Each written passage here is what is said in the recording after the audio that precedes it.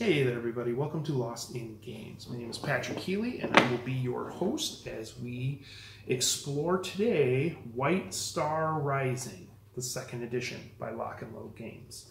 If you are unfamiliar, Lock and Load Games is one of the major players in the wargaming industry.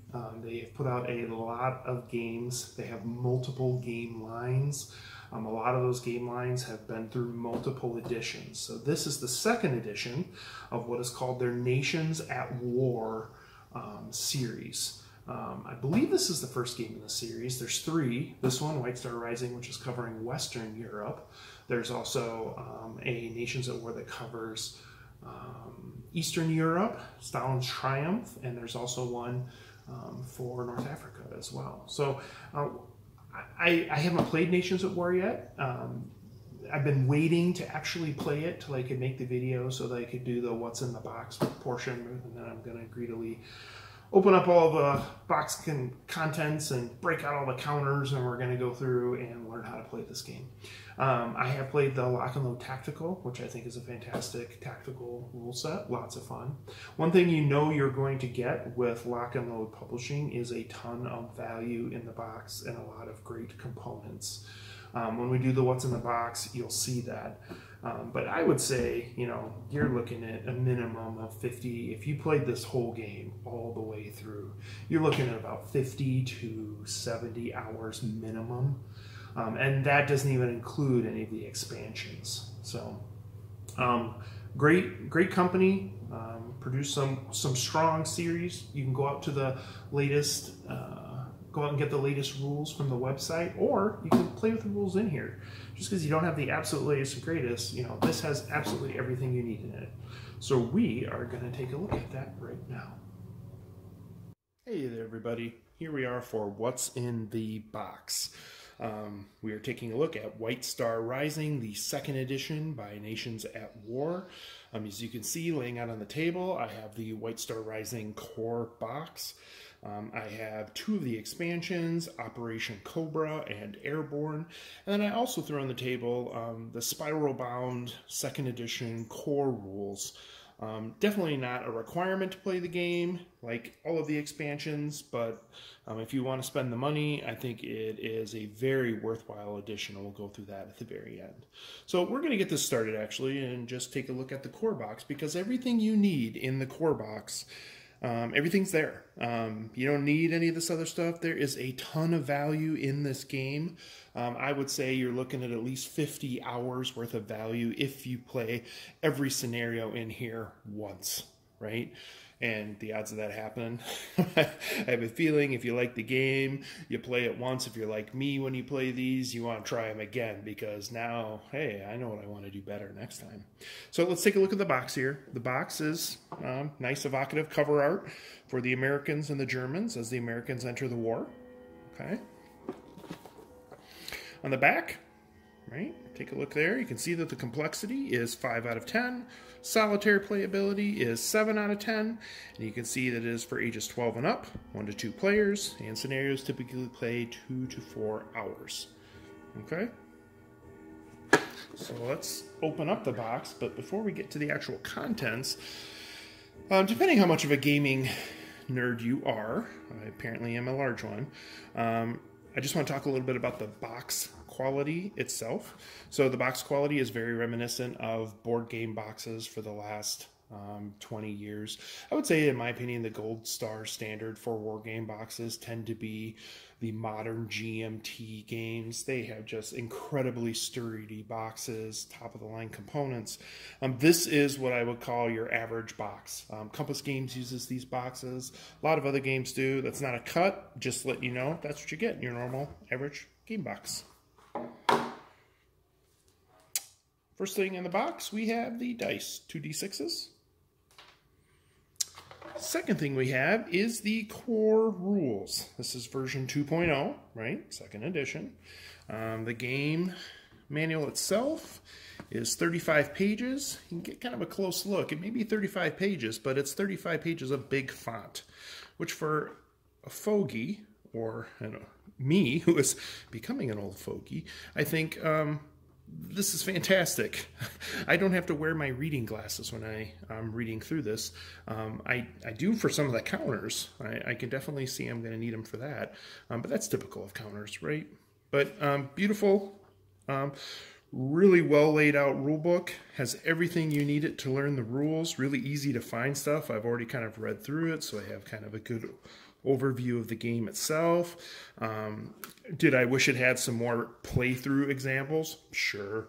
I can never get enough of those in games because sometimes games designers and the person playing it have different brains, and some things seem logical to others. But if I had to like grade this on a scale of 1 to 10, between 1 being a completely unplayable rulebook and 5 being a perfect rulebook where it just flowed out, and I've only seen a few of those, I would say this is probably somewhere around a 4. I think this is really good. I would love a playthrough book. But I think these are great rules, and they get even better when you look in the spiral bound. We'll talk about those in a minute. So next here is where you're going to be living while you're playing this game. Here you have 54 pages of scenarios. Most of the scenarios are 2-page scenarios. You can see them laid out there like that. They show you the map, they show you all the forces, they show you where to put them. There is over 20 scenarios in this book. So 20 scenarios at 2 to 4 hours per scenario, that is a lot of gameplay, folks. So great value in this game. I love the art in them. It just feels World War II. There you go, scenario. Now let's take a look at the counters. So if you have played Lock and Load games in the past, and I've only played Lock and Load Tactical, but if you've played Lock and Load games in the past, you kind of know what to expect with their counters. And it is more of the same here. Compared to most counter games out there, war games out there, these are really great counters. I'm just going to say it like that. They're thick, they're big, they're beautiful. They're colored, so if you have 3 numbers, I'll just kind of zoom in here so you can see. If you have 3 numbers right next to each other, they're different colors. That helps you differentiate them, just kind of makes them pop and stand out. I can never say enough about Lock and Load counters. I think they are awesome.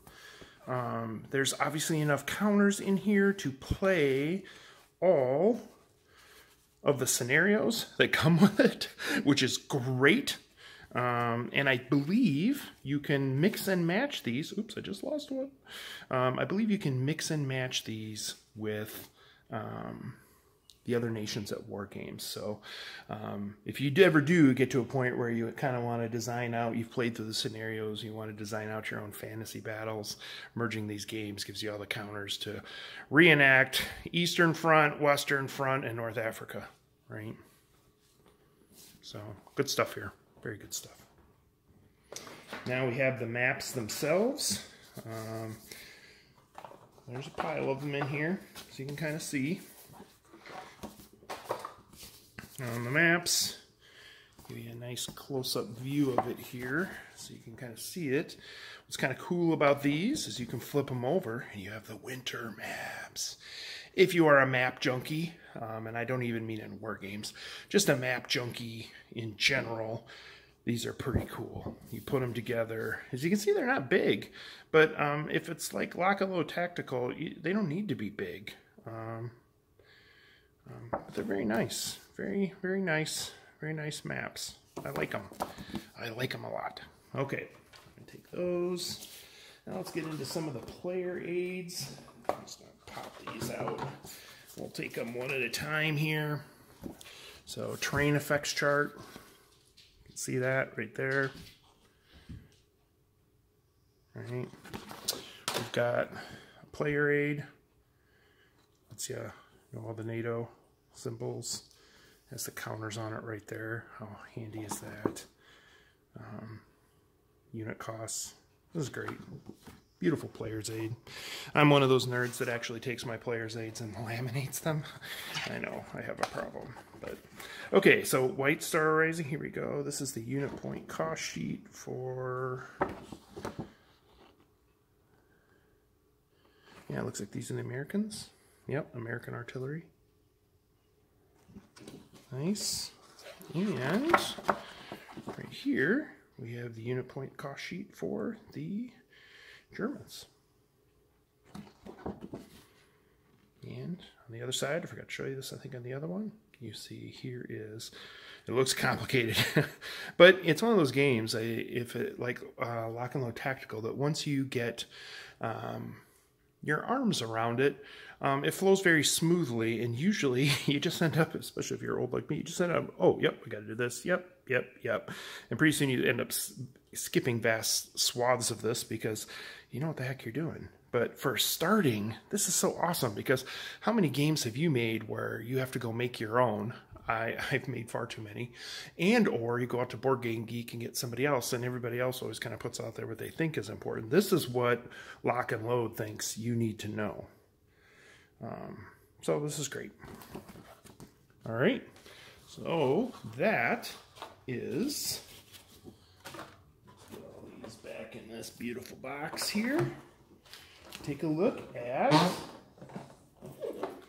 the expansions. So here we have White Star Rising, Operation Cobra,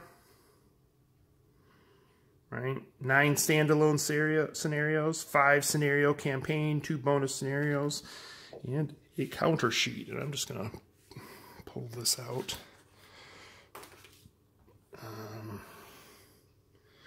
So here you go, a bunch of new units.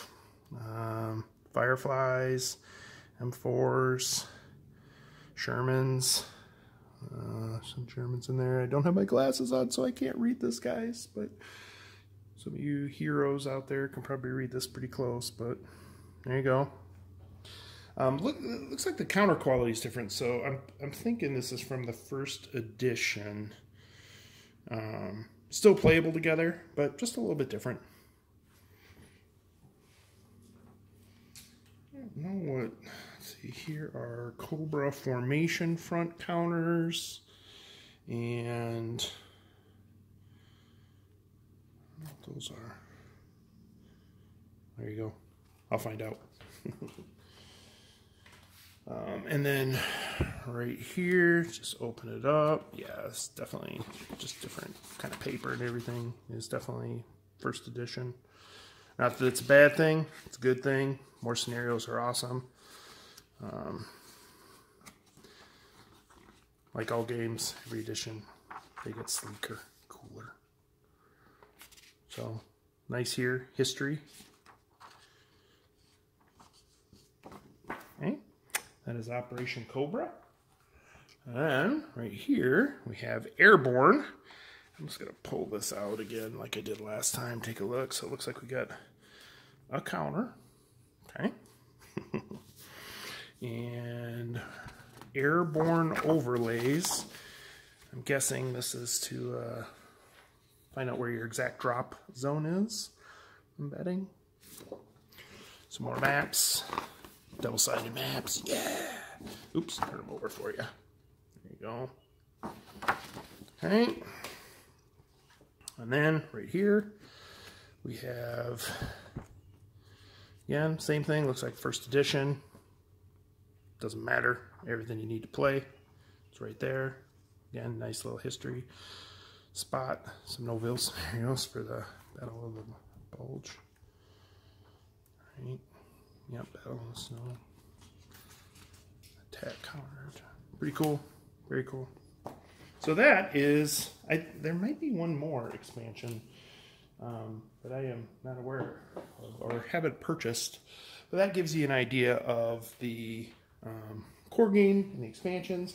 And I just want to take a moment and take a look at this absolutely beautiful second edition Spiral Bound. So I'm going to slide these up out of the way, and I'm going to try and zoom in a little bit here so you can see it a little better. Okay, so here we have, this is awesome. I love this. I have this for Lock and Load Tactical. I also have it for World at War, which I haven't even opened yet. We're going to do that as one of the rare show me what's in the box that I actually haven't opened, because frankly, guys, I just get too excited. So same thing. Beautiful. I mean, look at that. Take a look at that. That's awesome. Beautiful counters, great descriptions. I love how they use the different colors. I suppose if you're colorblind, you're going to have a challenge with it, but either way, whether it's green or red, it's going to stand out as different from the white that you see there, which is great.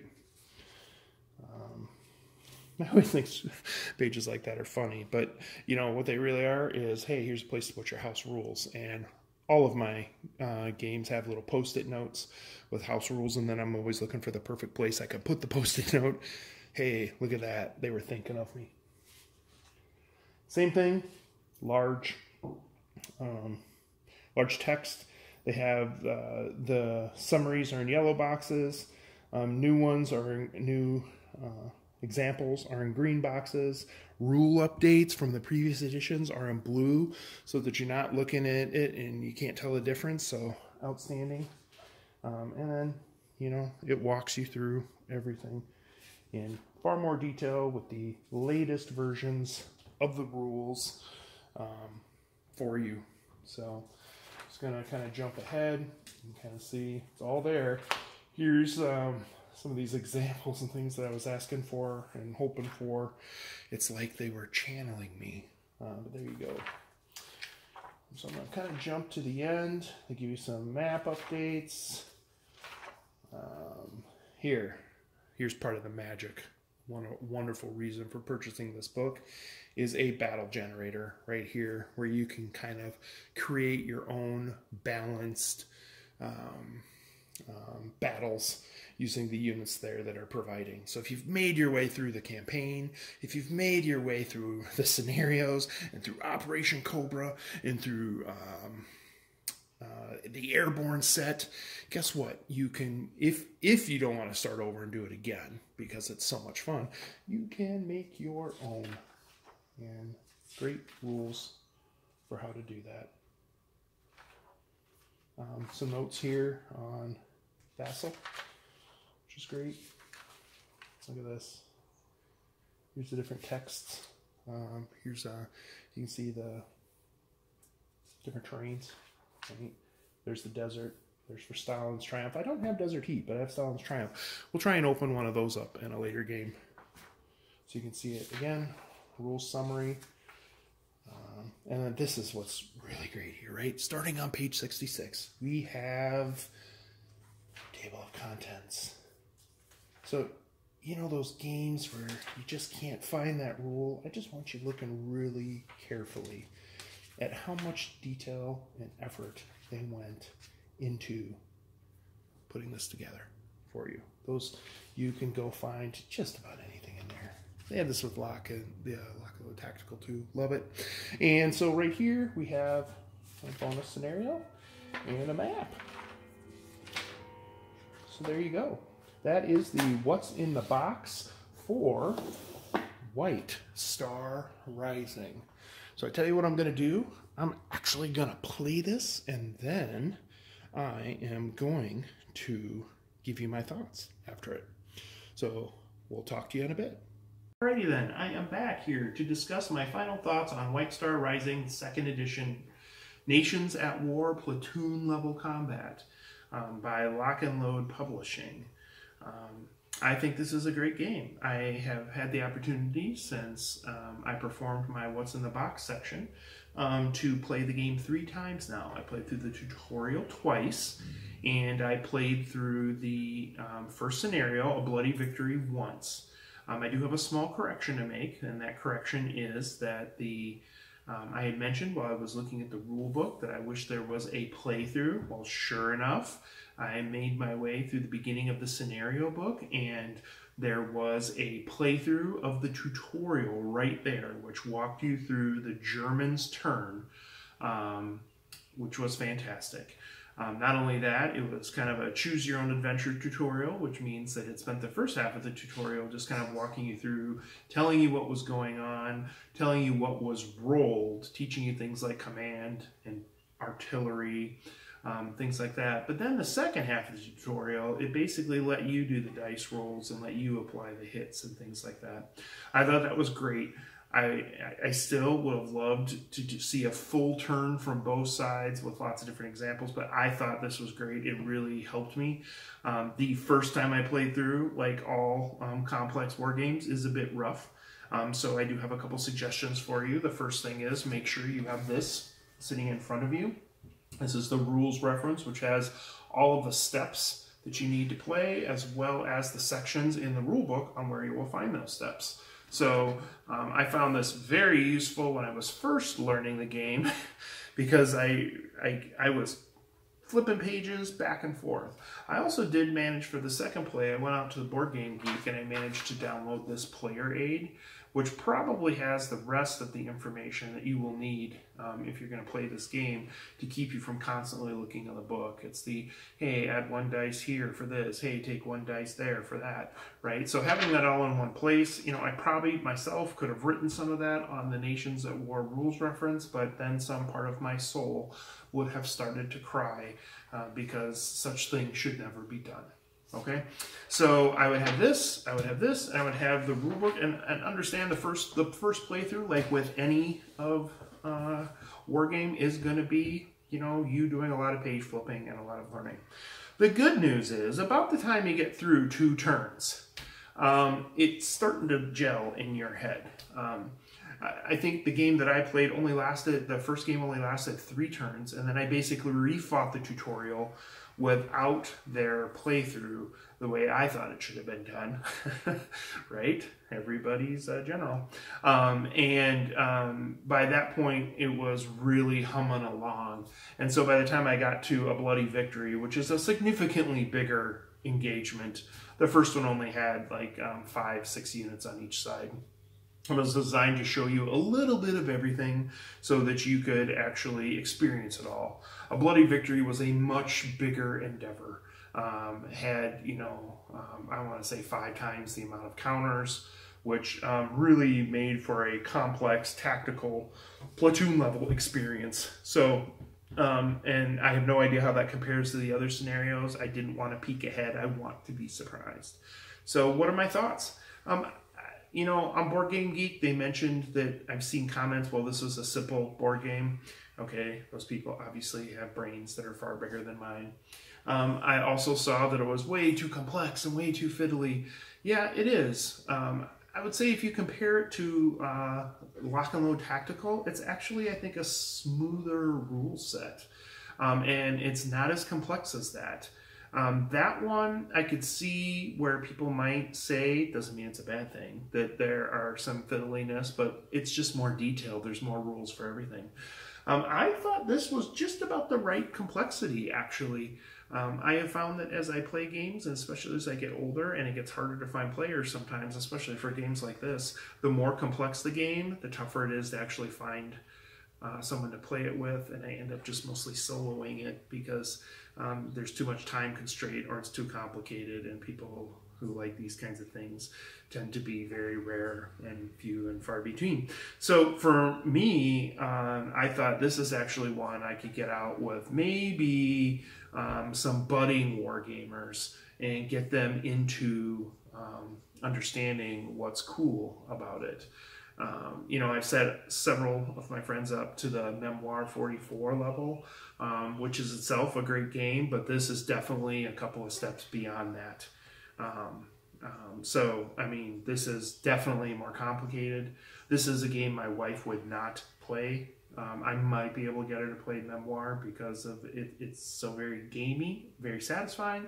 But White Star Rising, this is just far too tactical and detailed for her. She is not a war gamer. Now, she'll play Terraforming Mars, and I would say that, you know, I gotta say, I think this is as complicated as Terraforming Mars, and maybe a little bit more, but maybe not. I mean, this is a moderately complex game, and I felt it had a very smooth gameplay and very appropriate running time and the exact level of abstraction that I thought was suitable. So, yeah. So, you know, like I said, talking about there is a level of abstraction here. It does do command decisions. It does do rallying. It does do unit disruption. It does do You can have special weapons, which add bonuses here. You can be within the command range, which add bonuses here. You can be in certain situations, which remove bonuses or remove range.